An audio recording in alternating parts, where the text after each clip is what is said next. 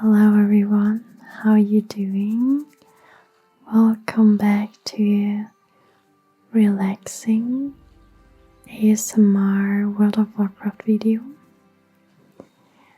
I'm very sure I wanted to record this video months ago and I got a new suggestion of doing it, so here we are.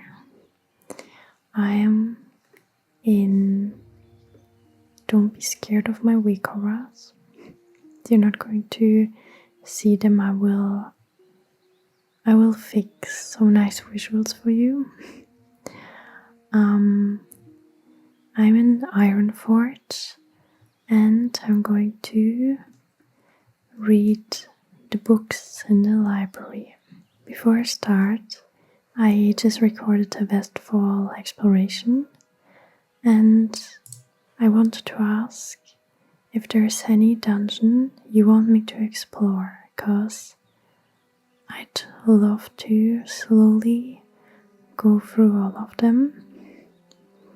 So we got City of Reds, Grimbato, which is an old one, some of you might recognize it, Stonewalled, Siege of Borealis, also a bit older, Arakara, Dawnbreaker, and 2 Shadowlands dungeons came back, Necrotic Wake and Mists of Genocide. So let me know if you want me to go through them and we can look at them together, cause in Dragonflight I did that and I found the dungeons after the exploration so much more enjoyable. Good visuals make me happy. Also pretty cool sword. Oh, hello. So, I will start with the Ironforge, The Awakening of the Dwarves book. In the ancient times, after the Titans departed Azeroth, their children, known as the Earthen, which we have now in the newest expansion by the way, continued to shape and guard the deep recesses of the world. The Earthen were largely unconcerned with the affairs of the surface-dwelling races, and longed only to plumb the dark depths of the earth. When the world was sundered by the well of eternity's implosion, the Earthen were deeply affected, reeling with the pain of the earth itself. The Earthen lost much of their identity and sealed themselves within the stone chambers where they were first created. Uldaman, Uldum, Ulduar.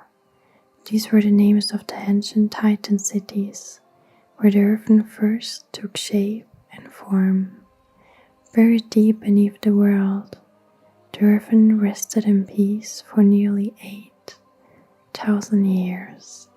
Though it is unclear what awakened them, the Earthen sealed with an Uldaman eventually arose from their self-imposed slumber. These Earthen found that they had changed significantly during their hibernation.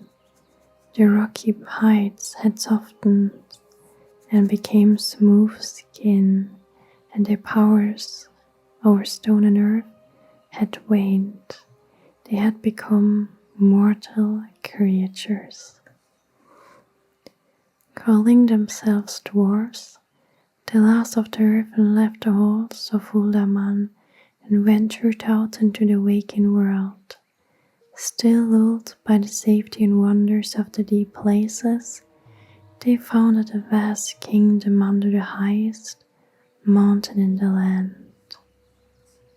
They named their land Khazmodan, or Mountain of Khaz, in honor of the Titan shaper Khazgoroth. Constructing an altar for their Titan father, the dwarves crafted a mighty forge within the heart of the mountain. Thus, the city that grew around the forge would be called Ironforge, ever after.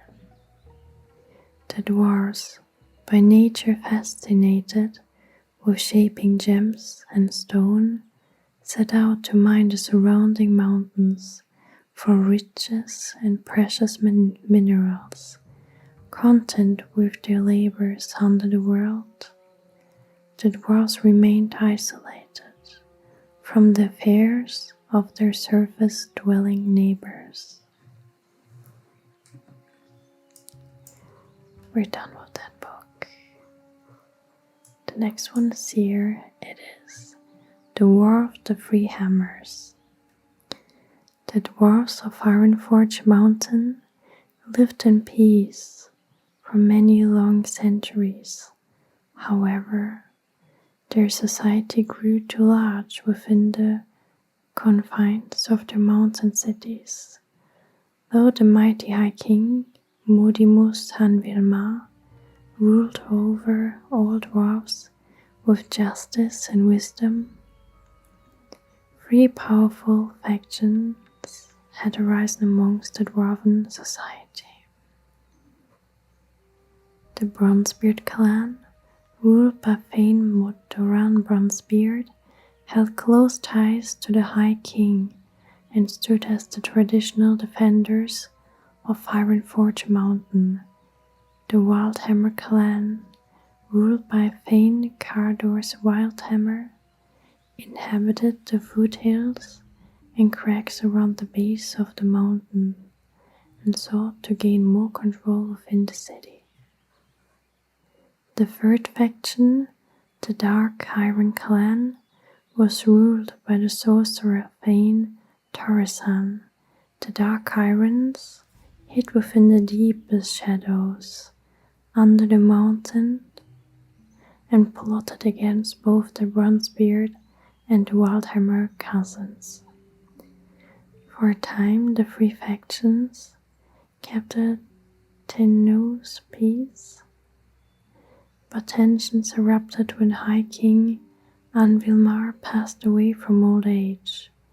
The three ruling clans went to war for control of Ironforge itself.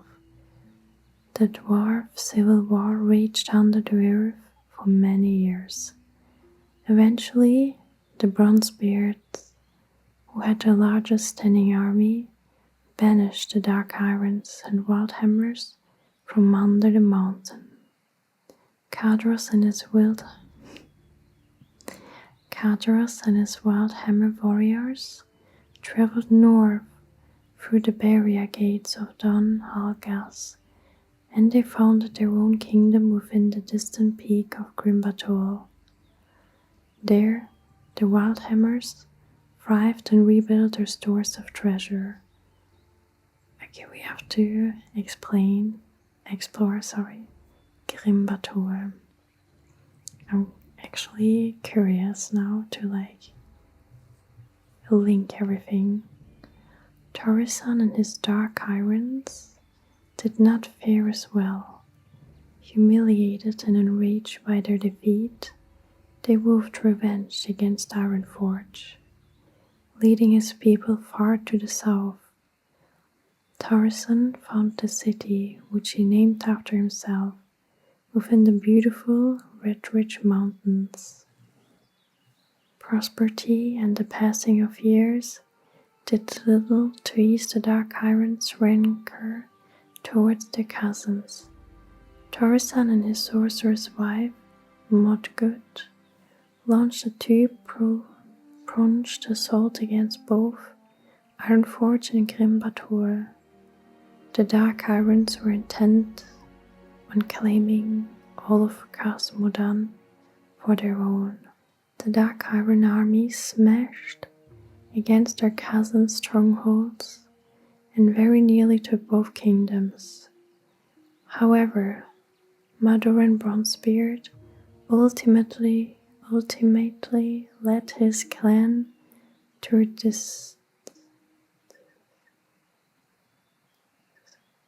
decisive victory over Torisan's sorcerer's army.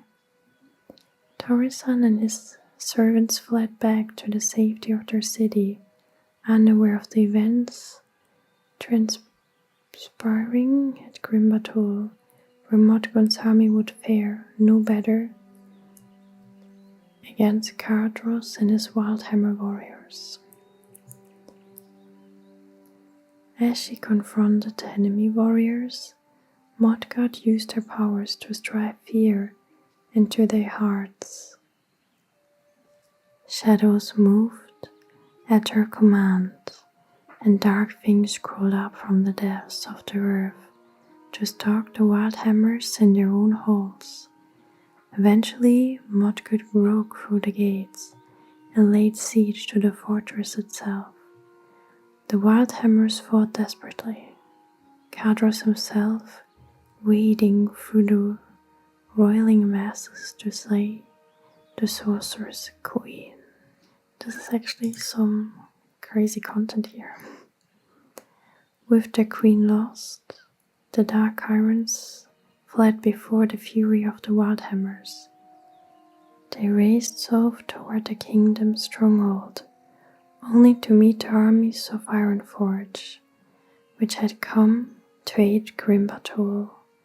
Crushed between two armies, the remaining Dark Iron forces were utterly destroyed.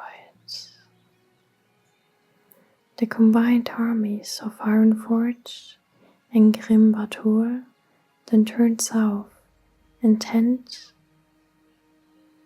on destroying Torreson's and his Dark Irons once and for all. They had not gone far when Torreson's fury resulted in a spell of cataclysmic proportions, seeking to summon a supernatural minion that would ensure his victory. Torreson called upon the ancient powers sleeping beneath the world to his shock, and ultimately his doom. The creature that emerged was more terrible than any nightmare he could have imagined. Ragnaros, the Fire Lord, immortal lord of all fire elementals, had been banished by the Titans when the world was young. No threat by Torreson's call, Ragnaros erupted into being once again. Ragnaros' apocalyptic rebirth into Azeroth shattered the Red Ridge Mountains and created a raging volcano at the center of the devastation. The volcano, known as Blackrock Mountain, was bordered by the Searing Gorge to the north and the Burning Steppes to the south. Though Torreson was killed by the forces he had unleashed, his surviving brethren were ultimately enslaved by Ragnaros and his elementals. They remain within the depths of Blackrock to this day. Witnessing the horrific devastation and the fire spreading across the southern mountains, King Maduran and King Cardros halted their armies and hastily turned back towards their kingdoms, unwilling to face the awesome wrath of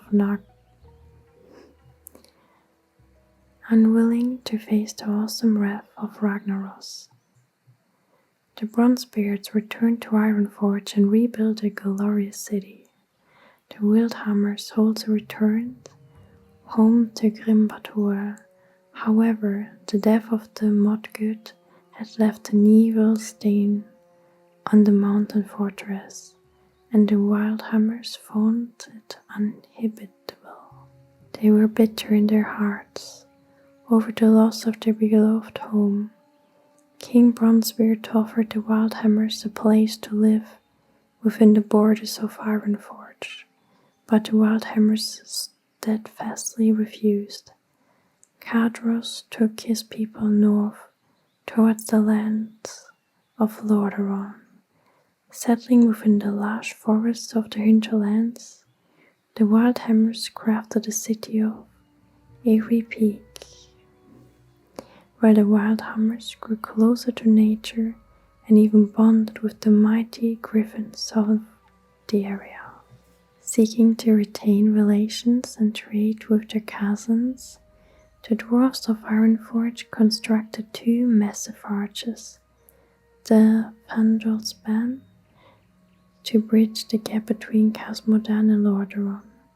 Bolstered by mutual trade, the two kingdoms prospered. After the deaths of Modoran and Cardros, their sons jointly commissioned two great statues in honor of their fathers.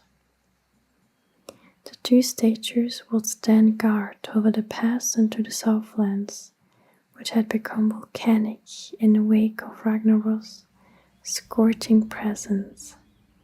They served as both a warning to all who would attack the dwarven kingdoms and as a reminder of what price the Dark Irons paid for their crimes. The two kingdoms retained close ties for some years, but the Wildhammers were much changed by the horrors they witnessed at Grimbator. They took to living above ground on the slopes of Airy Peak instead of carving a vast kingdom within the mountain. The ideological differences between the two remaining dwarven clans eventually led to the parting of ways. That was very interesting. I didn't know most of these things. I'm a little bit upset that I didn't read these things before this expansion started. So here we've got Ironforge and the Troll Wars. As the High Elves fought for their lives against the Trolls' fierce onslaught, the scattered, nomadic humans of Lordaeron fought to consolidate their own tribal lands. The tribes of early humanity raided each other's settlements with little heed for racial unification or honor. Yet one tribe, known as the Arathi, saw that the Trolls were becoming too great, a threat to ignore. The Arathi wished to bring all of the tribes under its rule, so that they could provide a unified front against the Troll war bonds. Over the course of 6 years, the cunning Arathi outmaneuvered and outfought their rival tribes. After every victory, the Arathi offered peace and equality to the conquered people. Thus, they won the loyalty of those they had beaten. Eventually, the Arathi tribe came to include many disparate tribes, and the ranks of its army grew vast. Confident that they could hold their own against the troll warbands, or even the reclusive elves if need be, the Arathi warlords decided to construct a mighty fortress city in the southern regions of Lordaeron. The city-state, named Storm, became the capital of the Arathi nation, Arafor. As Arafor prospered, humans from all over the vast continent traveled south to the protection and safety of Storm. I apologize, my chair is a bit loud. United under one banner, the human tribes developed a strong, optimistic culture. Thoradin, the king of Arafor, knew that the mysterious elves in the Northlands were under constant siege by the trolls, but refused to risk the safety of his people in defense of reclusive strangers. Many months passed as rumors of the elves' supposed defeat trickled down from the north. It was only when very ambassadors from Talas reached Storm that Thoradin realized how great the troll threat truly was. The elves informed Thoradin that the troll armies were vast and that once the trolls had destroyed Talas, they would move on to attack the Southlands. The desperate elves, in dire need of military aid, Halsey agreed to teach certain select humans to wield magic in exchange for their help against the warbands. Thoradin, distrustful of any magic, agreed to aid the elves out of necessity. Almost immediately, elven sorcerers arrived in Ironforge and began to instruct a group of humans in the ways of magic. The elves found that although humans were innately clumsy in their handling of magic, they possessed a startling natural affinity for it. 100 men were taught the very basics of the elves' magical secrets, no more than was absolutely necessary to combat the trolls. Convinced that their human students were ready to aid in the struggle, the elves left Storm and traveled north alongside the mighty armies of King Thoradin. The united elf and human armies clashed against the overwhelming troll warbands at the foot of the Altaric Mountains. The battle lasted for many days, but the unflagging armies of Ironforge never tired or gave an inch of ground before the troll onslaught. The elven lords deemed that the time had come to release the powers of the magic upon the enemy. The 100 human magi and a multitude of elven sorcerers called down the fury of the heavens and set the troll armies ablaze. The elemental fires prevented the trolls from regenerating their wounds and burned their tortured forms from the inside out. As the troll armies broke and attempted to flee, Thoradin's armies ran them down and slaughtered every last one of their soldiers. The trolls would never fully recover from their defeat, and history would never see the trolls rise as one nation again. Assured that Talas was saved from destruction, the elves made a pledge of loyalty and friendship to the nation of Ironforge and the bloodline of its king, Thoradin.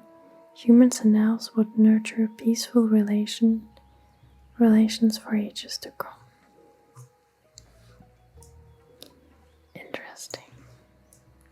So, thank you so much for joining me. I will read the next books another time because it's a little bit late and I really did not expect that there's so much content, which I love. But I said I have to go to bed now. And I'm super tired now after reading those stories. I hope you enjoyed this. Let me know what you think. I wish you a wonderful day or night wherever you are. Stay safe. Bye bye.